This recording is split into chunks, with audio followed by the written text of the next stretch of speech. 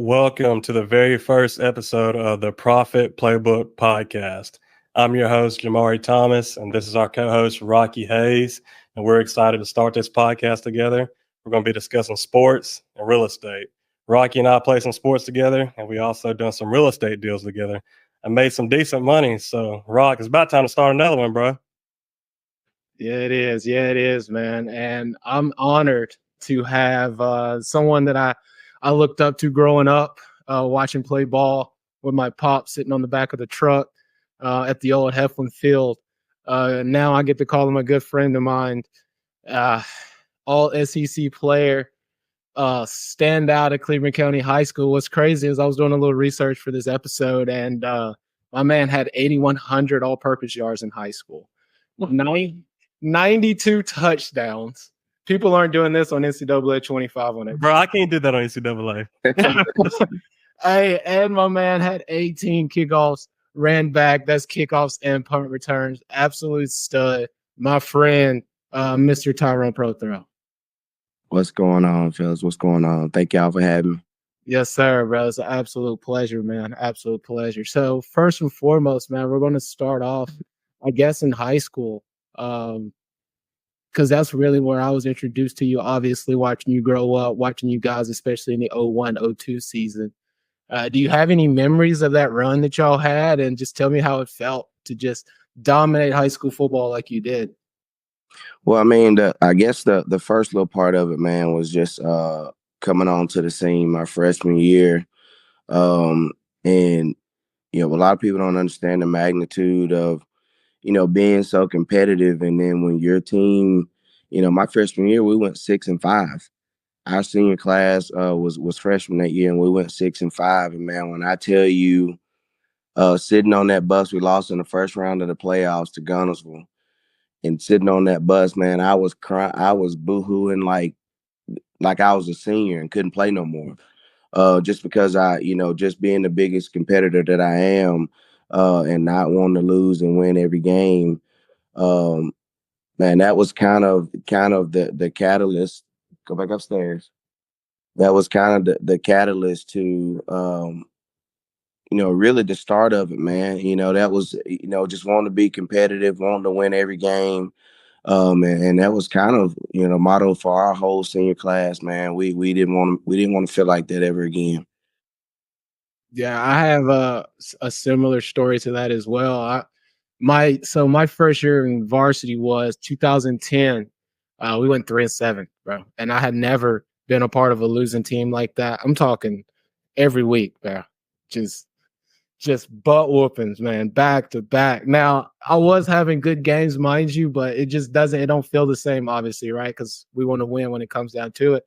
And it sets a fire in you that you can only get from losing. You know what I'm saying? I think sometimes we have to go through things to actually create the mindset that we need to actually be successful. And that was one of those moments, I guess, that we had alike. But you guys had plenty of success after that. So tell me about your junior year, man. 2001, y'all actually went to the Super Six. I remember checking out of school, going out there and watch y'all boys play at Legion Field. Oh, yeah. Tell me about that process and what it felt like to play in the state championship game, man. Well, I mean, just going into that year, we knew we had the mindset, and we knew we had the pieces to possibly go undefeated and possibly make it to the state championship.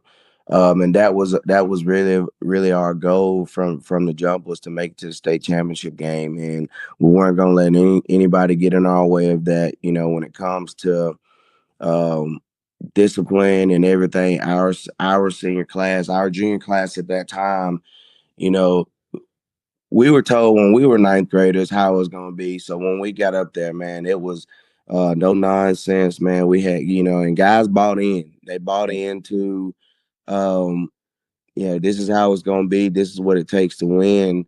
And I mean, just going through that year, man, it was a year of, a lot of fun. A lot of times I look back on it and I see, you know, records that was broken after me. And I'm like, man, had Coach Short and Coach Lee ever left us in the game in the second half, man, I ain't no telling how many records I would have broke. But, you know, that was just me seeing the bigger picture. You know, as much as we all wanted to play in the second half, you know, we knew we had bigger fish to fry. And we didn't want to go out there and risk getting an injury just because, you know, we wanted to stay out there and beat somebody 70-0. But you know, just going through that whole year, man, it was we knew we put in the time at practice, and we knew when we had a team, we knew the teams that should not be on the field with us, and those teams did not stand a chance because we weren't gonna let a team just get in there and hang around with us and give us and give them life. But you know, we bought into, you know, the offense and the defense, and we all made it happen, man. We all had one goal in mind. That's awesome, man. Shoot, man. I graduated in 2014, and all the coaches, man, we used to tell stories about you guys, man. You guys were just legendary to us, bro. It was cool. My senior year, we actually broke the second round playoff curse. So we got to be in the newspaper, and they brought up your guys' name again because Heflin ain't made it past the second round since 2002. So it was cool to be a part of that. And we No didn't have doubt. superstars or nothing like that. But man, that was a tough run, man. And like, I remember like that week of practice, they drove us down to the old football field and let us practice on the field, man. And there's this every day at school, like everybody was so nervous and just can tell the vibe between all the teachers and the coaches, man, it was different because ain't nobody made it past the second round since 2002. So that was pretty cool, man. But question I want to ask you is, man, so when did you know like you could take it to the next level? Like you were just that much better than everybody and nobody could stop you? I mean, to be honest, man, it was I tell you a story. When I was growing up, I've always played with my older brothers group. I've always played with older guys. I've always played with guys that were bigger than me. And so I had to be faster. I had to be quicker. Otherwise, I was going to get tackled. I was going to get hit. So I remember when they first started the Heflin Tiger Little League, I was 9 years old. I was 10 years old. And when they started the league, I went with the Junior B League, which is the 11 and 12-year-olds. So I went up to that league, and then the coach told me day one, he was calling out everybody's name and getting their age. And when I told him I was 10 years old, and he looked at me, he was like, "I'm sorry, buddy, you gonna have to move down to Pee Wee." And I remember that day I cried, man. I cried because I wanted to be up there with my older brothers group, the people that I grew up playing with. And long story short, he moved me down to Pee Wee, and then I just remember, and I think that this part is pivotal to really my career, also my confidence in who I was and in what I could do. Because you know, had he left me on Junior B, they went 0-10, I think, and you know, that could have meant anything for the confidence, you know, a 10-year-old boy's confidence. You know, I could have gone another way and be like, man, I ain't no good. And maybe even not get to play just because of my size. But moving me back down, man, I think that was pivotal to my confidence because, I mean, shoot, I went back down to the Pee Wee and was unstoppable. Nobody could catch me. I was running circles around everybody. And that kind of built my confidence up to like, man, hey, I mean, shoot, I can't be stopped. I'm running touchdowns every game. So just growing up, getting that confidence, and then it really started my freshman year when I actually started getting involved in the offense. And I remember one game my freshman year against Emma Sampson. We were down late in the game in the fourth quarter. And I just remember being at receiver, and they called 100 slant. 100 was the protection, and then there was a 3-step drop slant, and I took it about 30 yards to the house, you know, to win the game as a freshman. And just being in that role and seeing that they trusted in me in that role, that's what kind of built my confidence. Was just coaches trusting in me, that believing in me that I could get the job done, and then just knowing that I could get it done. And I think that carried on until my senior year, and that was all that just kind of helped build my confidence. Yeah, yeah, yeah. It's something about having a coach that puts some confidence in you. I know. So my true freshman year at Arkansas State, Gus Malzahn was our offensive coordinator and our head coach. It was the one year I got to play on offense, and he used to tell us, bro. He used to pump our heads up. He'll send us messages, like text messages at midnights, and he'll be watching film. He was like, "I'm watching play 47 right now in your speed sweep. Let me tell you, Rocky, you're the most explosive kid in the country." Bro, No listen, doubt. I'm a true freshman, bro. I'm probably 158 pounds. I'm not the most explosive person in the country. You know, this is something Gus pumped into us every day, man. So when he called purple, God, I think it was purple cardinal, left sweep.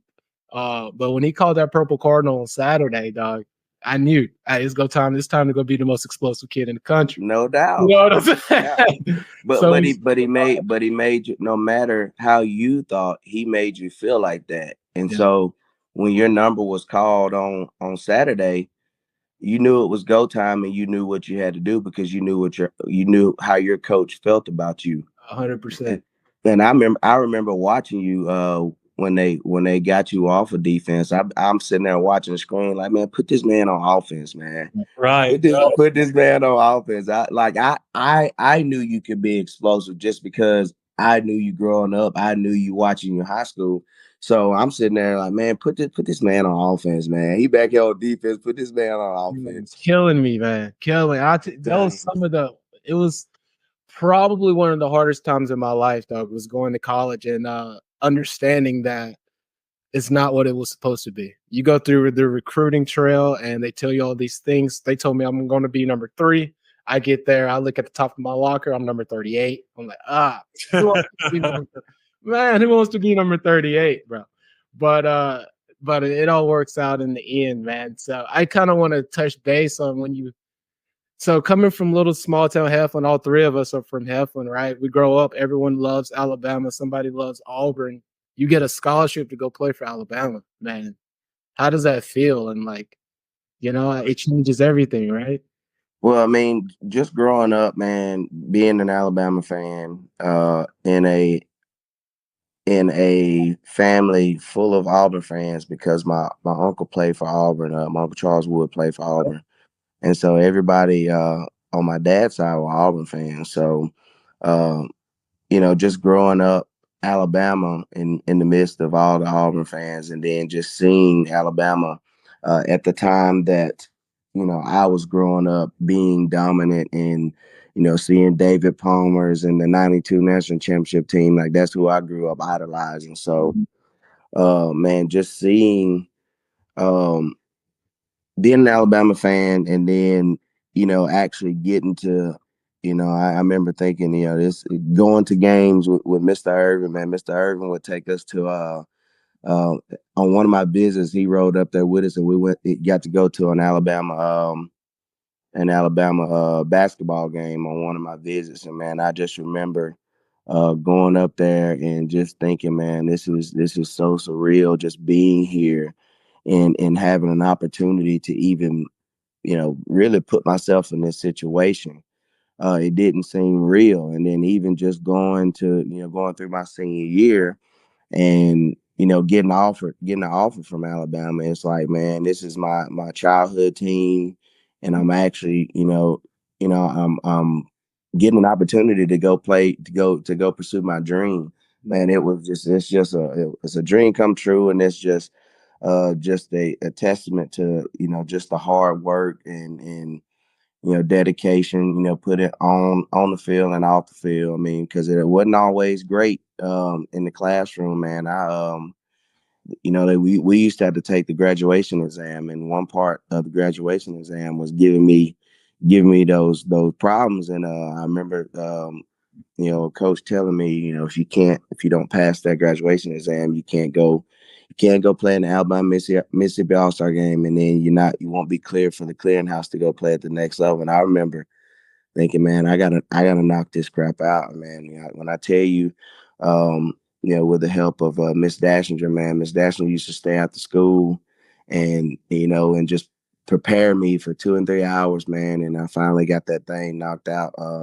But man, it's a dream come true just to, on my official visit to be on a private jet. And get there in 25 minutes when it would have took a 2-hour drive if I was driving. Wait, So hold on. They put you on the PJ?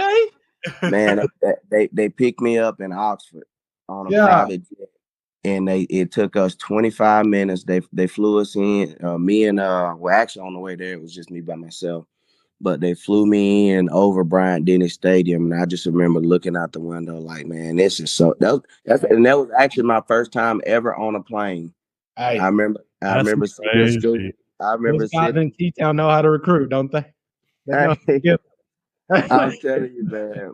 But I just remember, man, looking out that window, like, man, this is so crazy. Like, this is so surreal, man, that I finally, I passed the test and I'm able to go do what I love to do. Shout out to you. And shout out to Jennifer Dassinger. Bro, I'm about to say the same thing. I had her as well. Awesome lady. I hope she sees this. And another one, Mr. Irvin, another Heflin legend. And we've got a lot of legends in Heflin that didn't have anything to do with sports. And Mr. Irvin's definitely one of those people. Man, for sure, bro. Mr. Irvin, dude, he used to always hum an Alabama song in class, man. Man, when he do that beatboxing and and he'll tap them keys in his pocket. You would think he had like some kind of music thing behind his desk or something, but man, like you talk about talent to be able to do that. We all used to try to mimic that and try to do it. And it never would sound like his. Yeah. No, man. It was almost perfect to the fight song, man. I remember Mr. Irvin, bro, he used to paddle me all the time, boy. He could swing that paddle, man. He had a right on. No doubt. He don't play with up. And also shout out to Miss Dassinger. That's like one of my favorite teachers, man. Wonderful. Best friends with her son too. So shout out to Miss Dassinger. I hope she sees this, which I'm sure she will, and she's gonna appreciate this a lot. No doubt. But Jamar, I think you had a question next, bro. Yeah, man. So transitioning from high school to college, man. So how was that like playing? Because you're the best athlete on the field in high school, then going straight to college, but still dominating college. Well, man, when I tell you it didn't start off like that. Just trying to get used to the speed of the game. A lot of people tell you you got linebackers running the same speed that you're running. You got DNs running just about the same speed as you're running. So a lot of my hiccups early on, because I didn't play to the 5th game of my freshman year. That's when they took my red shirt off. Just adjusting to the speed of the game was one thing. But the one thing that was the hardest for me was figuring out the playbook. One thing about it, man, it's different coming from high school running one thing, and then you get to college and it's a totally different thing. So just learning the playbook was really what kept me off the field early. And it's because I wasn't comfortable in what I was running because I didn't know.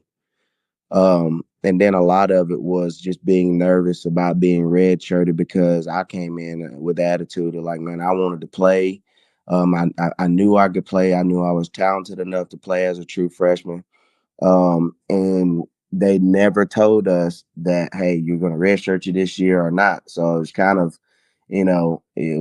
a one day. I guess I just decided that I really didn't care about getting redshirted. If I get redshirted, I get redshirted. And when I did that, I guess I stopped caring about that, and my game got better. Yeah. I wasn't nervous about the whole redshirt thing anymore. So I was able to just relax and focus on the playbook. Because I just stopped caring about it. And when I did, I started making plays. Had as a freshman, one-handed catches in the back of the end zone, toe dragging, and that I think that was kind of a play that coaches pause and they look on film and they kind of tell you, man, good play, or it's just awesome, da da da da. So I think at that point when I made that play, they started looking at me and more stuff, getting me ready to take off my red shirt. And I just remember a game playing against Arkansas that had a reverse for me. That was the play that broke my red shirt. They had a reverse, and the receiver on the backside didn't hold his block, so the corner tackled me for a 0-yard gain On the reverse, and that play on the reverse, and that play took my red shirt off. Damn. Yep. What's crazy about that, man? There's so many different rules now. You can actually play up to, I think, like 4 games now as a true freshman. And I can't remember the percentage. I can't either. It is now like that. But at that point, it was like one play. At that point, it was like you play one play in SEC play, it burns your red shirt. That's stupid. It's absolutely insane. Speaking of differences, man, how do you feel about these kids getting paid nowadays with the NILs, high school, college, along with the transfer portal? I think it's great for kids to be able to benefit from their own likeness, to be able to use their name, to be able to use their own images. I tell you, when I was coming up, if they would have had that, then a few of us would have been able to benefit from our likeness and images and stuff like that. So I think it's great that they're able to do that. I feel like with the NIL and getting sponsors, I do feel like there should be maybe some kind of cap on it, or otherwise kids are gonna just take. They're just gonna take what it ain't really about the schools anymore. It's really about let me see how much I can get from another school, and I just feel like if they, if they put maybe a cap on it and put like some rules on it, you got to stay a couple of years, at least 3 years to be able to receive this NIL. Then maybe kids will stay longer. Yeah. But at the end of the day, man, this is what. It's everything that I fought for in that lawsuit is for kids to be able to benefit from their likeness. And just to see that they can do that now, it's just just being able to benefit from that, man. Kudos to them. Yeah, man, I'm glad players are getting paid now. I do wish they'll put a cap on it too, because I'm a Gators fan, and shoot, man, we got a different roster every year, bro. So these 5 stars come in, they get their money, they go on the next year, man. So we struggling right now. We at the bottom of the pack. But I do want to bring up, man, Coach Short. Whenever he used to talk about you, man, he talked about you a lot, about your running ability and catching ability. But the main thing he talked about, man, was your blocking ability.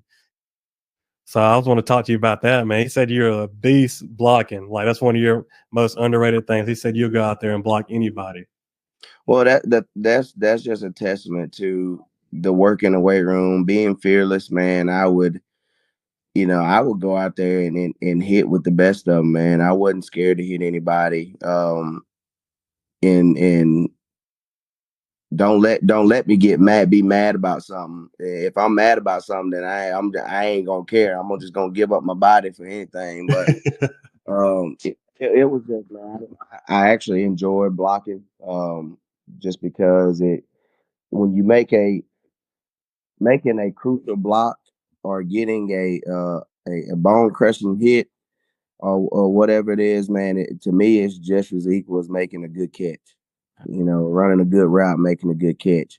You get that same satisfaction, or at least I did. I get the same satisfaction from, I just made a big block to spring the running back free, or, just made a big catch for a big first down. Like, to me, those are all the same kind of feeling. Like, you get, I get satisfaction out of doing both of those the same way. But I mean, I was never, like I said, never afraid of contact, and those come from being a running back, man. My running back days at Heifer, man, just, having to run between the tackles. It wasn't always let's run outside. You had to be able to run between the tackle and run some power and all that stuff. So, and you take hits. And then even at practice, it wasn't like you was going up against some scrubs that had people on the other side of the ball that, man, they weren't scared to hit either. So you kind of got the best of the best. But I mean, I was never afraid to stick my nose in there. Yeah, I've heard a lot of stories about you and blocking, mostly in the weight room. I've heard that you were super strong, especially up top, for like your bench press and stuff. That was something I never had as a person, and I definitely wasn't trying to run in between the tackles. I was not that guy. You know what I mean? Even on defense, man, I wasn't trying to tackle. Just put the ball in the air. I'm gonna try to get you a pick, coach, and then we're gonna bring it on to the sideline. That's No just, doubt. but that's probably why you ended up in the SEC, and I went to the Arkansas State. Go Red Wolves. Well, listen, we don't have a ton of time, man, but I got to ask you about the catch. Obviously, that's what everyone knows you for. We're going to throw up a snippet, a video of it. My dad actually has a signed photo of the catch in his bar at the crib. I think everybody in Heflin has that photo. So, I mean, obviously, I made a lot of plays myself, and a lot of those plays that people think is the all moments or this, that, and the third. A lot of the times we're just kind of in the zone and we don't hear anything. We basically really don't see anything. Yeah. The play just happens. So that's really my question to you. Do you remember it, or did it just happen like any other play? Man, I tell people all the time, man, they ask me, how did I make that catch? And to me, it was one-on-one against the guy, but my focus was on the ball. A lot of people, did you see the ball? Did you see and of course I saw the ball. So I'm running, trying to catch the ball like there's nobody there. There's nobody there with me. I'm just running, trying to track a ball down. And it just so happened when I threw my hands up to go catch the ball, the guy was in between me. But just remembering that play, man, is on 4th and 12, and we were struggling against Southern Miss, man. They were actually had the lead on us, and just trying to make a play. Me being the playmaker that I am, me being confident in my game, and anytime I had a one-on-one, I wanted to try to make a play. 50-50 balls, man. I was gonna make more than likely it was gonna come my way.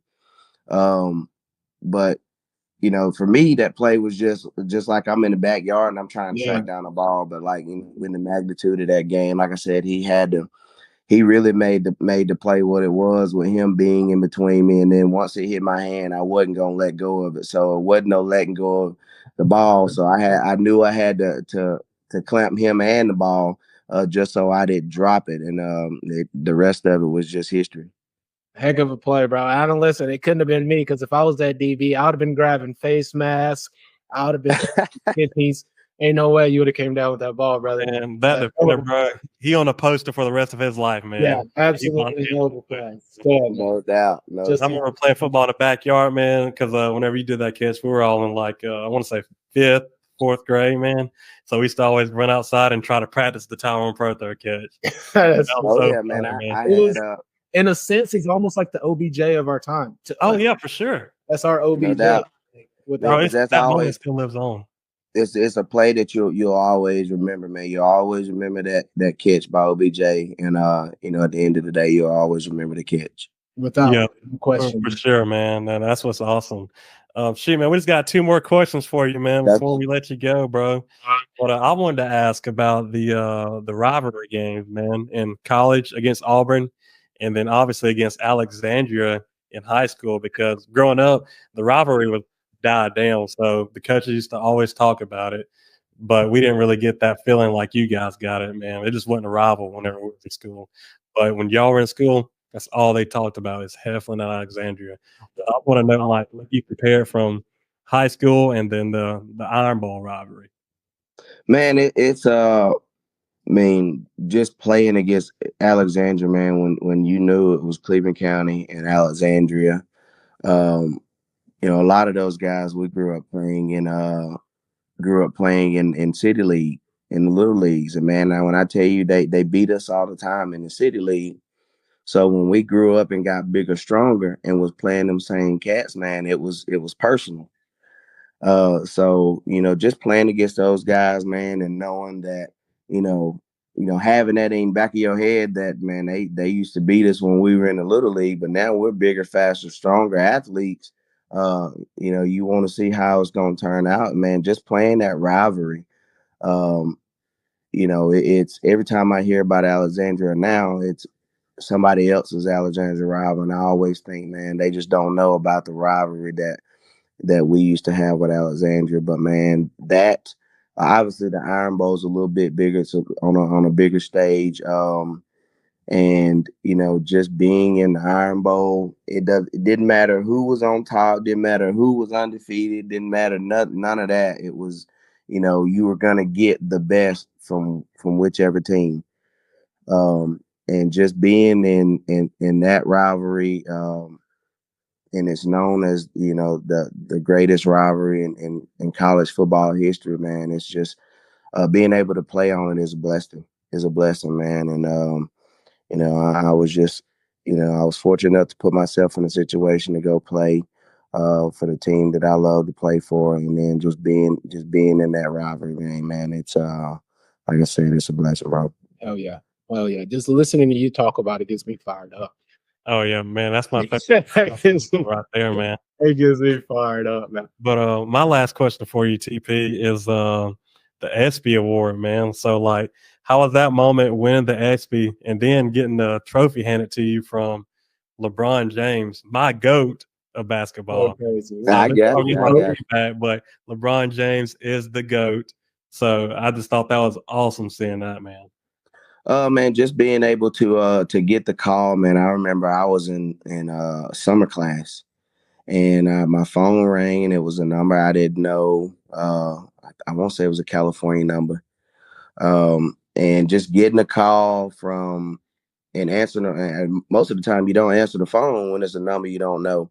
But I remember walking out of the door of my class, and the phone rang, and then I look at it, and then it's the people from the ESPYs, and they called me and told me that I was nominated for the best play for the ESPYs, and that I was invited to the ESPYs. Just getting that call, man, it was surreal. Just I don't know what I think I called everybody I knew and told them that I got nominated for the ESPYs and that I was going to California, and then obviously my school was informed that I was going. So just going to the ESPYs and getting there, and then I didn't really know who was going to present my award, but whenever they came out, and then I saw not only LeBron but my boo Sanaa Lathan. I actually got to give her a hug, and man, and just to be able to be on that stage and be in the room amongst people that I was either watching play sports. Terrell Owens was there. That was one of my favorite receivers growing up. And just being able to roaming the halls and D Wade walking in front of me, man. And I knew that was my mom's favorite player, and he was the first person I got a picture with. Oh, that's great. So just being in the room, man, being on just in the midst of all those athletes and all those greats, man, it was so surreal, and it was a blessing to be a part of it. And I really enjoyed it. Hell yeah. Man, that's an unbelievable experience, man. Just seeing all those great players, people you looked up to, and you're that version to us, bro. Just to let you know that, to give you your flowers as you rightfully deserve them. And obviously, we all love the hell out of you. We appreciate you taking the time to speak with us today. Before we let you go, I got a couple questions for you. I don't know if you sports gamble, but there's going to be a lot of degenerate gamblers that watch the show. I may or may not be one of them. But we're going to go through a couple quick games here, and we're going to get your picks, all right? You let me know what you think. I got you. So we've got Clemson and Georgia week 1. They're giving Georgia 14 points. Do you like the dogs, or are you taking the points with Clemson? Dogs, man. Minus 14. Dogs? Yeah. Dogs. I got dogs.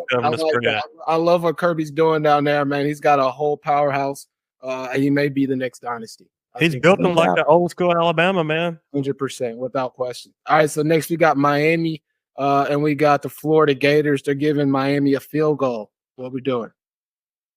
Take Miami minus 3. Oh, that's tough. Miami minus 3, man. I'm telling you, Miami gonna be a sleeper team this year. Take Miami. You like Miami, huh? I think like Miami minus 3. I think I may know a coach down there. I forget who it is. Who you got, Rock? Miami and Florida. I got to go with the Gators, bro. Got to go with the Gators. Look, Gators are going to shock the world this year. Miami's, I don't know. They've been a little up and down the last. All right, we got 2 more games, brother. We got USC and LSU. They're giving LSU 6 points. We taking the points, or we taking USC to stay within 6? I would go LSU, man, just because I know what the SEC brings. Yeah.